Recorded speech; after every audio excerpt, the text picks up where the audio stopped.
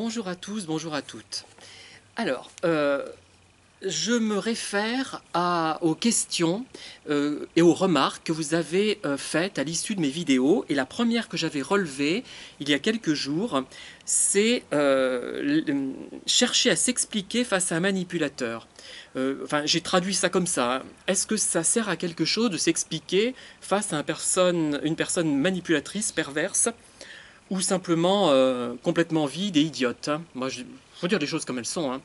Parce qu'il n'y a pas que des pervers, il y a aussi de sacrés moules, hein. Pas que des huîtres perlières. Oh, c'est facile, je sais. Je baisse, hein. C'est vrai que après 50 ans, on baisse, hein, intellectuellement, je vous le confirme, hein. Alors, effectivement, je vais prendre l'exemple de mon dernier pervers en date. J'en ai eu encore un, j'en ai trouvé un.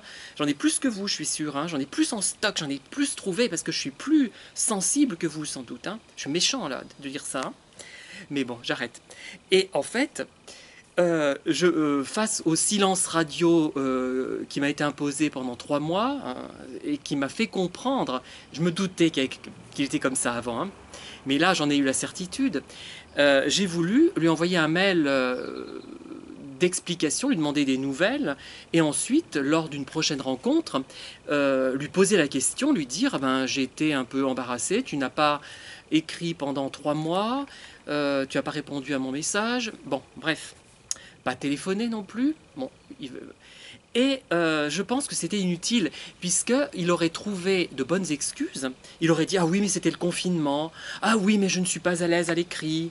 Ah oui, mais le téléphone, tu sais, moi. » Il aurait trouvé tout un tas d'excuses. Ou alors pas, hein. Il aurait peut-être prétendu que j'exagérais, que j'étais excessif, qu'il n'avait pas que ça à faire. Je sais pas, il y aurait eu quelque chose, et la conversation n'aurait mené strictement à rien.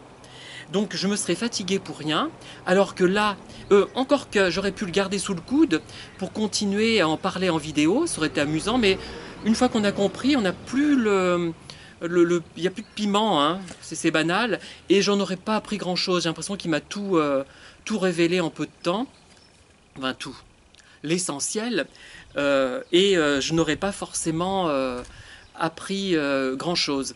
Donc, effectivement, une fois qu'on se rend compte qu'une personne est comme ça, si on peut s'en débarrasser, on s'en débarrasse, on arrête le contact. Dans le cas de relations amicales ou amoureuses naissantes, c'est très facile finalement.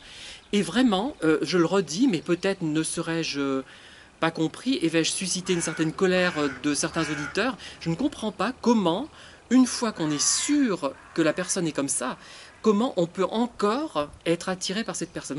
Moi c'est radical. Une fois que j'ai compris, c'est fini. Il ne reste plus rien, mais rien.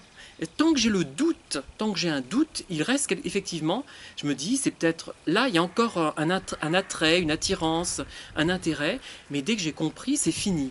Donc, à mon avis, ceux qui restent dépendants de ces personnes et qui ne sont pas obligés financièrement de dépendre d'elles ou qui peuvent se libérer facilement, c'est qu'elles n'ont pas réellement, à mon sens, admis la chose. Ou alors c'est juste quelque chose dont je parlerai d'ailleurs dans la prochaine vidéo. A tout de suite.